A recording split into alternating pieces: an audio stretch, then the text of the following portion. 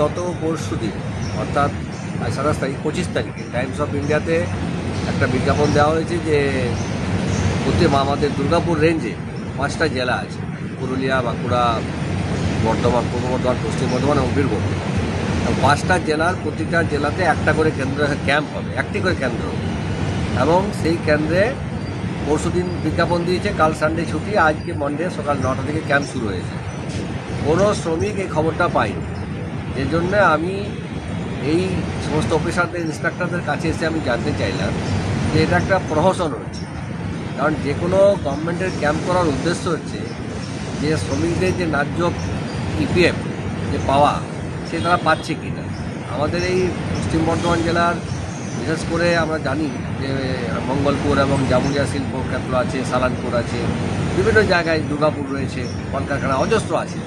সেই কলকারখানার গেটে কোনো রকমের নোটিশ নেই, কোনো বিডিও অফিসে কোনো নোটিশ নেই, কর্পোরেশন অফিসে কোনো নোটিশ নেই যে এই ধরনের ক্যাম্প হচ্ছে। তাহলে ওয়ার্কাররা জানবে কী করে তাদের যে ইপিএফ নিয়ে সমস্যা, তাদের যে ইপিএফ হচ্ছে না বা নথিভুক্ত হয়নি, তারা কারখানায় কাজ করছে, অথচ তারা ডেলি ওয়েজেসে কাজ করছে, তাদের কোনো আইডেন্টি কার্ড নেই, তারা যেই কারখানায় কাজ করে তার কোনো নিশ্চয়তা নেই। এমনকি যদি এই কারখানায় যারা কাজ করে তারা কি এই কারখানার ওই তিনতলার উপরে এসি রুমে বসে অফিসারদের সামনে বলতে পারবে যে এই কারখানা কর্তৃপক্ষ আমাকে নামটাই রেজিস্ট্রেট মানে পঞ্জীকরণ করেনি, রেজিস্টার্ড করেনি, তাহলে সে ইপিএফ পাবে কী করে? এটা মানে প্রহসন হচ্ছে, ক্যাম্পের নামে সরকারের টাকাটাকে একটা মানে অযথাভাবে খরচা করে দেখানো হচ্ছে। এবং প্রকৃত যে মূল উদ্দেশ্য সরকারের, কি দাবি করলেন?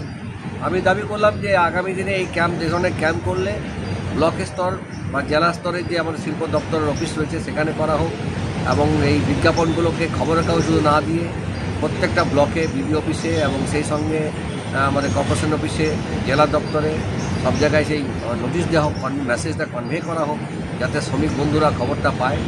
আমি গোপাল আচার্য, আমি সুভাষ সতেজ ভাবনার পক্ষ থেকে এবং রানীগঞ্জ কয়লাখনি অঞ্চল বাঁচাও শ্রমিক সংগঠনের পক্ষ থেকে, রানীগঞ্জ চেম্বার অফ কমার্সের আমি সদস্য, সিটিজেন ফোরামের পক্ষে আমি সঙ্গে আছি।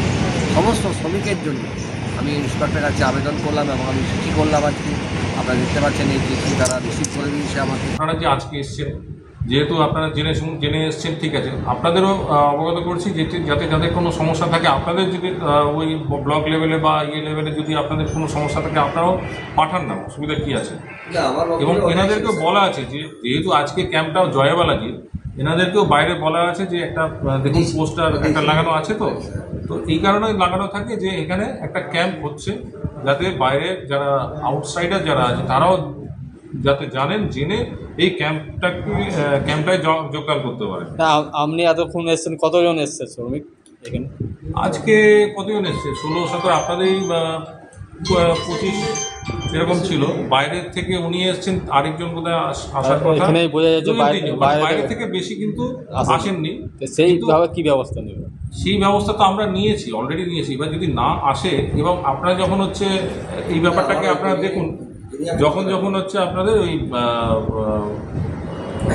বিজ্ঞপ্তি দেওয়া হবে, আমার আপনিটাকে আপনি যেহেতু ইন্সপেক্টর আমাদের ডিমান্ডটা শুনুন, আপনার অফিস লেভেলে দিতে পারেন। সেখানে হচ্ছে আমাদের এই সাজেশনের যত ওয়াইড রেঞ্জে যখন হচ্ছে প্রোপাগান্ডা হয়,